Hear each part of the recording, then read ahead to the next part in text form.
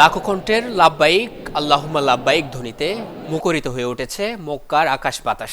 আজ মিনাই অবস্থানের মধ্যে দিয়ে শুরু হয়েছে পবিত্র হজের মূল আনুষ্ঠানিকতা। মধ্যপ্রাচ্যের অস্থির যুদ্ধ পরিস্থিতি কিংবা আকাশপথের অনিশ্চয়তা কোনো কিছুই আল্লাহর ঘরমুখী এই বিশাল জনস্রোতকে থামাতে পারেনি। হৃদয়ে পরম করুণাময়ের সান্নিধ্য পাওয়ার আকুল আকাঙ্ক্ষা নিয়ে বিশ্বের নানা প্রান্ত থেকে পবিত্র মক্কায় সমবেত হয়েছেন লাখো মুসলমান। স্থানীয় সময় আজ জিলহজ মাসের ৮ তারিখ। হজ যাত্রীরা তালবিয়া পাঠ করতে করতে আজ ভোর থেকে তাবু নগরী মিনারের দিকে রওনা দিয়েছেন।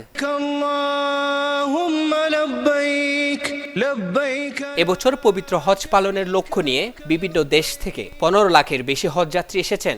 আজ দিনভর মিনায় অবস্থান করবেন তারা। সেখানে ৫ ওয়াক্ত নামাজ আদায় এবং বিশেষ দোয়া ও মুনাজাতের মাধ্যমে মহান আল্লাহর সন্তুষ্টি অর্জনে সচেষ্ট থাকবেন ধর্মপ্রাণ হাজিরা। আগামীকাল জিলহজের ৯ তারিখে হাজিরা মিনা থেকে যাবেন আরাফাতের ময়দানে। সেখানে সূর্যাস্ত পর্যন্ত অবস্থান করে খুতবা শুনবেন তারা। এরপর মুজদালিফায় রাত কাটিয়ে সংগ্রহ করবেন পাতর।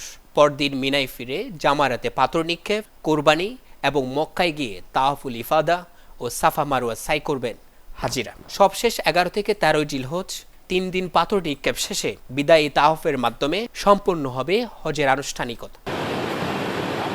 এদিকে মক্কা বাংলাদেশ হজ অফিস ও সংশ্লিষ্ট এজেন্সিগুলো নিশ্চিত করেছে বাংলাদেশি হাজিদের মিনায় স্থানান্তরের সব প্রশাসনিক ও লজিস্টিক প্রস্তুতি সম্পন্ন করেছে। হাজিরা যেন সুস্থভাবে ইবাদত সম্পন্ন করতে পারেন সেজন্য প্রয়োজনীয় সব ব্যবস্থা গ্রহণ করা হয়েছে।